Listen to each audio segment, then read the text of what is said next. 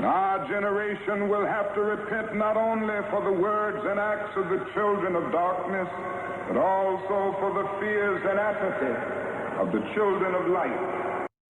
A couple of years before I knew Martin Luther, I studied Martin Luther King Jr. prodigiously. I don't remember why. I was supposed to be doing homework and graduating from the University of Wisconsin-Eau Claire. Only Jesus could have compelled a white farm boy from an indifferent, if not prejudiced background into ministry, led by a black Baptist preacher.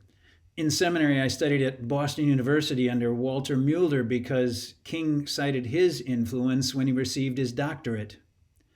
Now we mourn a man who first heard a radio broadcast of Dr. King when he was just 15 years old.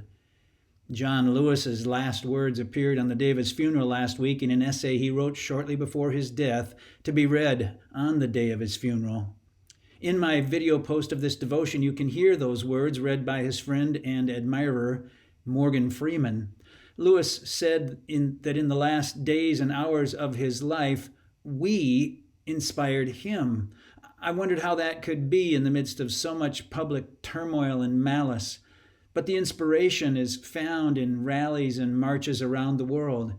Yes, these have been marred at times by violence, but the vast majority are inspired by the discipline of nonviolent social change that Dr. King received from Mahatma Gandhi via Howard Thurman. The brutal attacks upon countless nonviolent demonstrators like John Lewis transformed the soul of our nation in the 1960s. What is especially striking to me among today's marchers are the numbers of white people taking part, those who join people of color everywhere in a call to transform bigotry. These days I'm reading Howard Thurman's Jesus and the Disinherited. What Thurman wrote and preached, Dr. King put into action, and now we walk in the footsteps of John Lewis, who has passed the call to us. When we take our part in Jesus' beloved community, we are not alone. While my time here has now come to an end, I want you to know that in the last days and hours of my life, you inspired me. You filled me with hope about the next chapter of the great American story, when you used your power to make a difference in our society. Millions of people motivated simply by human compassion laid down the burdens of division. Around the country and the world, you set aside race, class, age, language, and nationality to demand respect for human dignity. That is why I had to visit Black Lives Matter Plaza in Washington, though I was admitted to the hospital the following day. I just had to see and feel it for myself, that after many years of silent witness, the truth is still marching on. Emmett Till was my George Floyd. He was my Rayshard Brooks, Sandra Bland, and Breonna Taylor. He was 14 when he was killed, and I was only 15 years old at the time. I will never, ever forget the moment when it became so clear that he could easily have been me.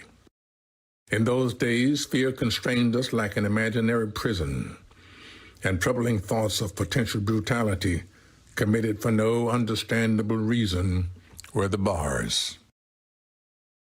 Though I was surrounded by two loving parents, plenty of brothers, sisters, and cousins, their love could not protect me from the unholy oppression waiting just outside that family circle.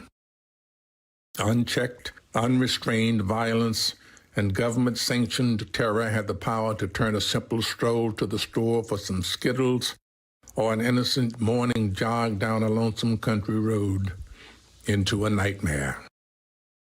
If we are to survive as one unified nation, we must discover what so readily takes root in our hearts that could rob Mother Emanuel Church in South Carolina of her brightest and best, shoot unwitting concert goers in Las Vegas, and choke to death the hopes and dreams of a gifted violinist like Elijah McClain. Like so many young people today, I was searching for a way out, or some might say a way in, And then I heard the voice of Dr. Martin Luther King Jr. on an old radio. He was talking about the philosophy and discipline of nonviolence. He said we are all complicit when we tolerate injustice. He said it is not enough to say it will get better by and by. He said each of us has a moral obligation to stand up, and speak out. When you see something that is not right, you must say something. You must do something. Democracy is not a state. It is an act, and each generation must do its part to help build what we call the beloved community, a nation and world society at peace with itself. Ordinary people with extraordinary vision can redeem the soul of America by getting in what I call good trouble, necessary trouble. Voting and participating in the democratic process are key. The vote is the most powerful nonviolent change agent you have in a democratic society. You must use it because it is not guaranteed. You can lose it. You must also study and learn the lessons of history because humanity has been involved in this soul-wrenching existential struggle for a very long time. People on every continent have stood in your shoes through decades and centuries before you. The truth does not change, and that is why the answers worked out long ago can help you find solutions to the challenges of our time. Continue to build union between movements stretching across the globe, because we must put away our willingness to profit from the exploitation of others. Though I may not be here with you, I urge you to answer the highest calling of your heart and stand up for what you truly believe. In my life, I have done all I can to demonstrate that the way of peace, the way of love and nonviolence is the more excellent way. Now it is your turn to let freedom ring. When historians pick up their pens to write the story of the 21st century, let them say that it was your generation who laid down the heavy burdens of hate at last, and that peace finally triumphed over violence, aggression, and war. So I say to you, walk with the wind, brothers and sisters, and let the spirit of peace and the power of everlasting love be your guide.